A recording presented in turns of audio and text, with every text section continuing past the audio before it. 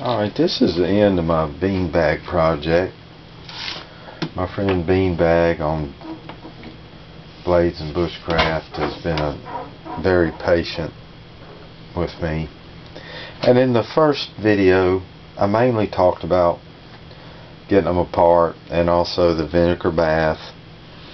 This one right here has had a little bit of a vinegar bath. This one needs one real bad. But this is one that hadn't had one. This had a little bit of one. And it makes a big difference. Just get your bucket of vinegar, toss it in there for a day or two, forget about it, and then come back and wash it off.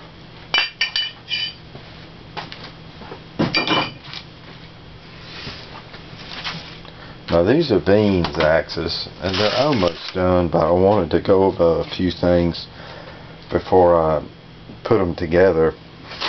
And I guess you can see it good.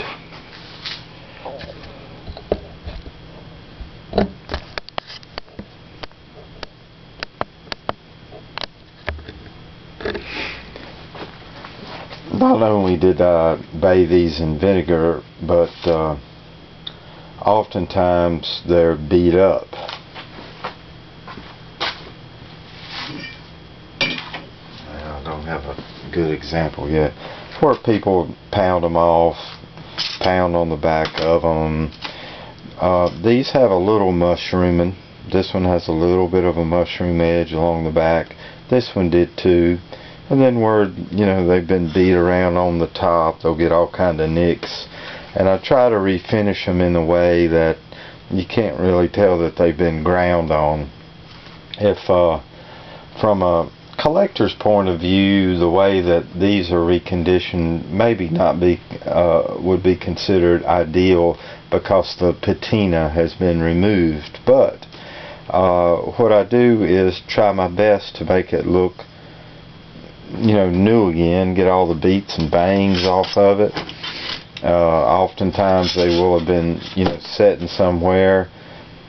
This one's got a cool little Boy Scout emblem in it that I certainly did not want to remove. So as I worked on it, I made a special precaution not to damage that in any way. This one does have a maker's mark. It's a Wizard, which I think would come from 70-ish Western Auto hardware store. But I like to clean them up, smooth them off. I don't like to make them look ground on. Although these have a fair edge, once I set them, I'll sharpen them up a little more. This little one's going to have some leather work made on it by our friend Nick, so it's going down south. I wanted to talk just a little bit about hafting them, and of course the most important thing is to make sure that you have a good fit of the haft up in the axe. And now these have been pre-fitted, and one thing, as I fit them, I tend not to clean out the inside of it too good, so I can tell where the, you know, the tight spots and low spots, it leaves dirt on it. Same here, but I've cleaned this one up just a little more to make it fit better. But I think this one's a pretty clean fit. And one of the most important things is to make sure that the bottom of the eye fits very close to the shoulder of the haft. On both of these, you want them to set as far down as possible. And before you set them, you want to make sure that your cut that your wedge will go in. Once you get the axe head down on the haft, you're going to drive your wedge in it, and you want to make sure that you have a, you know, deep enough cut so it'll make a good solid seat. And I try to make it about 2/3 of the way, and I think it should be about the same on both. And this one's crooked, but I don't really think that matters. So next we'll put the axe. Let's see. Try to widen it out a little bit so you can see what. Oh, I bet it all's been no good.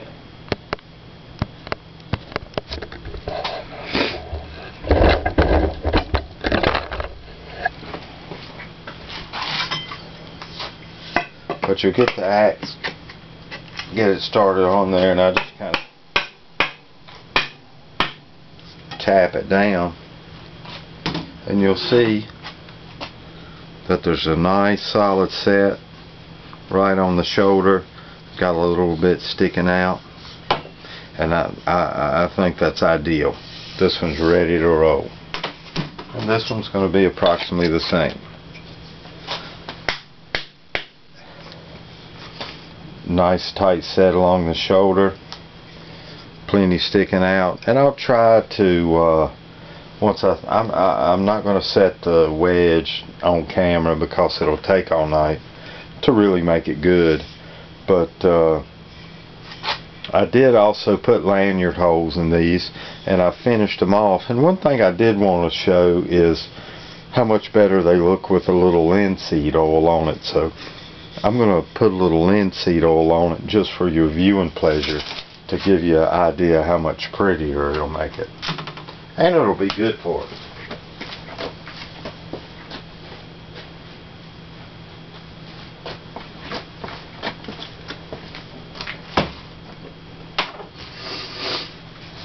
I'll even get him a clean paper towel. I think so much of him.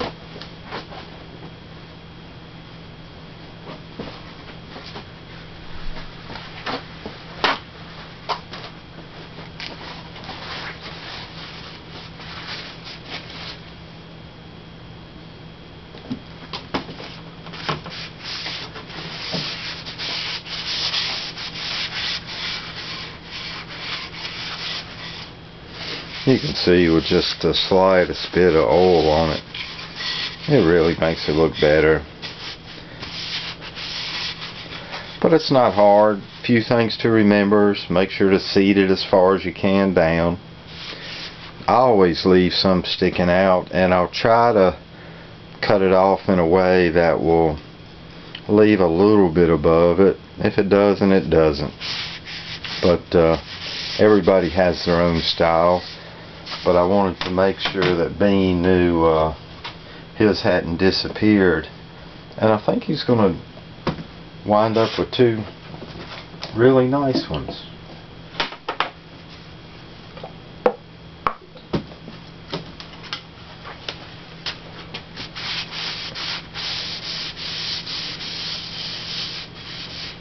It really shines it up nice.